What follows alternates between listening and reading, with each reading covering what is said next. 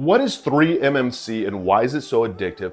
3-MMC is a synthetic, and what it is a synthetic of is essentially it's a synthetic of cocaine mixed with like ecstasy. It's very euphoric, feel good, sensory driven with the cocaine stimulant side of it, hitting serotonin and dopamine, but it's not giving the same effects as such as like crystal meth where it's continually piling it up.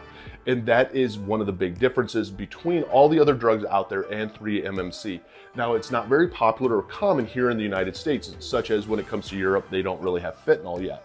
Eventually, one day they probably will cross and it probably will hit into the different countries. But until now, there isn't this big crossover when it comes to this different substances.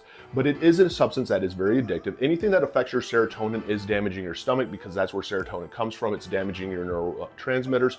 And when it comes to serotonin transmitters, that's your cognitive, your mood stabilizer. So there's a lot of anger and temper along with the cocaine drop that can happen. So when it comes to the kicking side of 3-MMC, the mental side is very difficult because you have lost also the mood stabilizer that you normally have, along with having a dopamine tolerance. And that's one of the big struggles with it. It is one of the scarier substances out there. There is not a safe synthetic drug out there that you can take to give you high that's not addictive. Anything that starts messing with serotonin, starts messing especially with dopamine, can become very addictive. And again, I share for educational purposes only because I am a recovering cocaine and alcoholic addict. And we are insane, man. The more that we can share though, the more that we can share about what we've been through, what we've experienced, all of that, the bigger difference that it makes, especially to those out there that are struggling.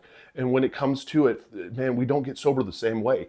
Whether it is inpatient treatment or outpatient treatment, man, tag down below, link in the bio, download Sunflower Sober, start tracking your days of sobriety, have Sam, the 24-hour sponsor, support, start journaling, start understanding and learning about addiction. Then who knows, maybe go to an NA meeting, go to an AA meeting, find a doctor or a therapist. I mean, find what works for you because there's no right or wrong way of getting sober. It's your way of getting sober and it's one day at a time, man, but don't give up because it does get better.